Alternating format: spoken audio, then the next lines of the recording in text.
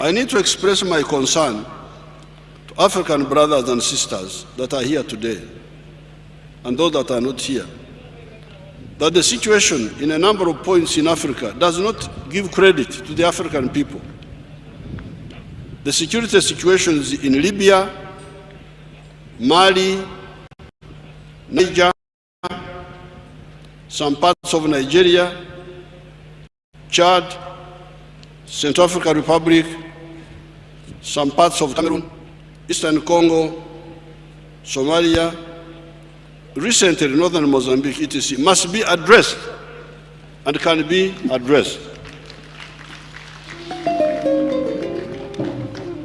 First of all, the situation in Libya was created by the arrogant and irresponsible actions of some actors that took actions that were against the express position of the African Union.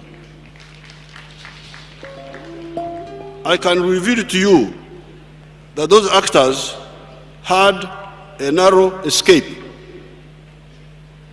When some actors started attacking Libya against the decision of the African Union, I contacted His Excellency Jacob Zuma of South Africa and proposed that African armies that so decided to intervene in Libya and confront and teach a lesson to those aggressors.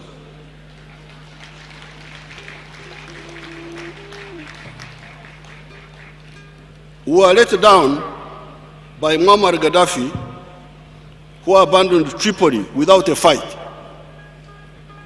Although at that time I did not have a direct link with Muammar Gaddafi, I advised his envoy, who came to see me here, to turn Tripoli into a Stalingrad.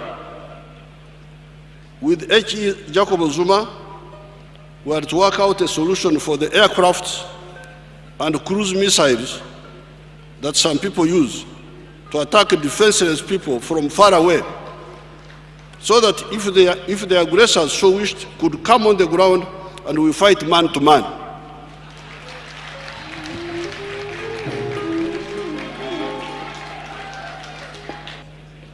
Such a confrontation would, of course, have been imposed on us unnecessarily. We have, since a long time ago, stated that the African patriots, like we in the NRM, are neither pro-West nor pro-East. We are first and foremost pro-Africa. Because there is something called Africa. When I came in the government when we were still fighting, are you pro-East or pro-West? Idiot, I am pro-Africa.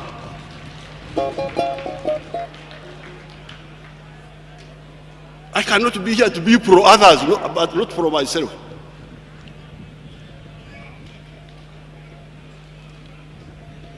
It is on account of that good friends should only deal with contentious strategic African issues via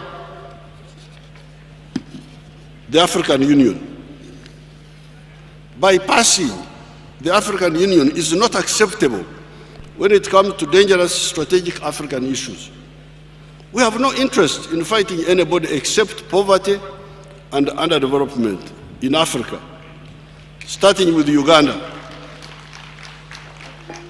However, some actors are always in search of enemies. They are looking for enemies. You are not an enemy, they declare you an enemy. Okay, if you want to be an enemy, you can sort out issues. Our role there is to advise those who are advisable, but also do our patriotic duty if unavoidable. Unfortunately, the Libyans collapsed quickly. On account of that, much of Northwest Africa has been with security problems that were not there before. Libya, Chad, Mali, Niger, parts of Nigeria, Central African Republic, and Cameroon. Who is responsible for this hemorrhage? I hear people talking about accountability. Who is accountable for this suffering?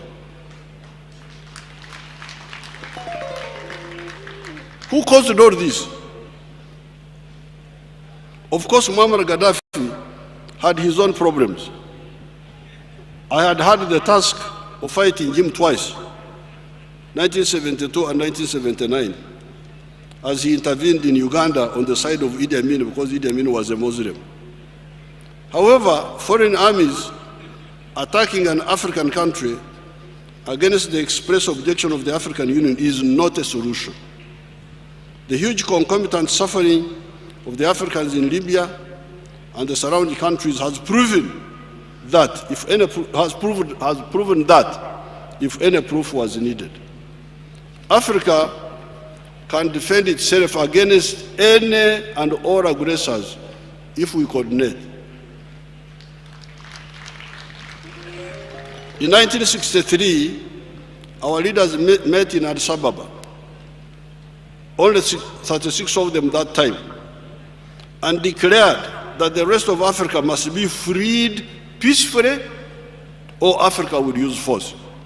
This was 1963. That time, some of the actors thought, and they seem to think now, that this was just idle talk.